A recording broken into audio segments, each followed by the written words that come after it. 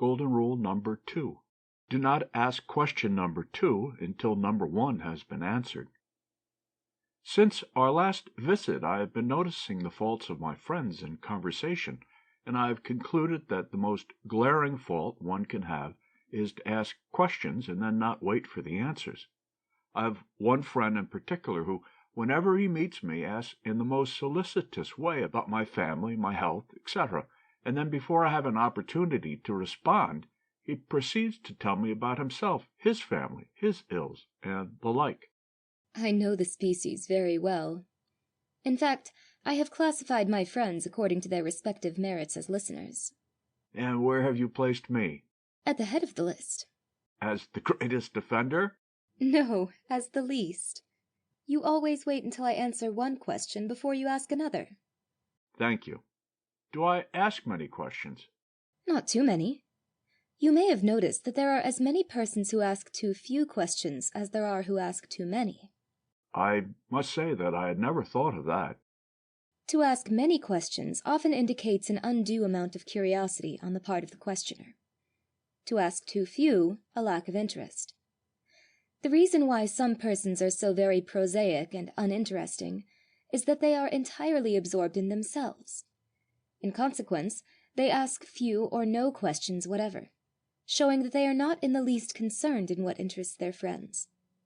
There is a happy mean where one shows neither curiosity nor disinterest. In asking questions, we are apt to stir up a hornet's nest, so to speak, for our friends sometimes respond at such length that we are inclined to wish that we had shown less interest. That is where it is so necessary to remember the golden rule that we spoke of in our last conversation, namely, avoid unnecessary details. Yes, and as I have already told you, that is why you are always interesting. You never bore one with a long story.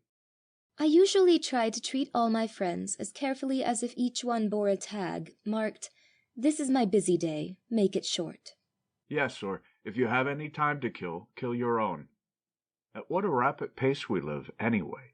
People in the country, the peasant class, are never in a hurry. They talk slowly, eat slowly, and work at the same laggard pace. In other words, they exist, but do not live. They do not enjoy what we enjoy. A daily feast is spread before them, but they do not partake of it. What do they know of glowing sunsets and of moonlit waves, of shaded walks through pathless woods, of narrow streams inwalled with trees?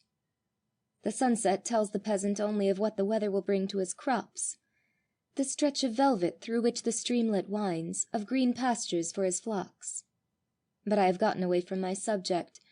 In other words, like the boar, I have sidetracked. Only what you say does not bore. You mean not you?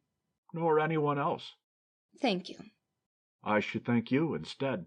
Now I am to remember, first, that golden rule number 1 is avoid unnecessary details. Rule number 2, do not ask question number 2 until question number 1 has been answered.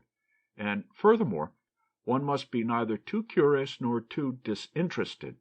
That is, one must not ask too few nor too many questions. Just enough. I fear that I shall find it difficult to observe this rule, but I shall try to acquire the tact that is necessary for one to have it. May I practice the art when with you? That will be charming, and you may begin at once.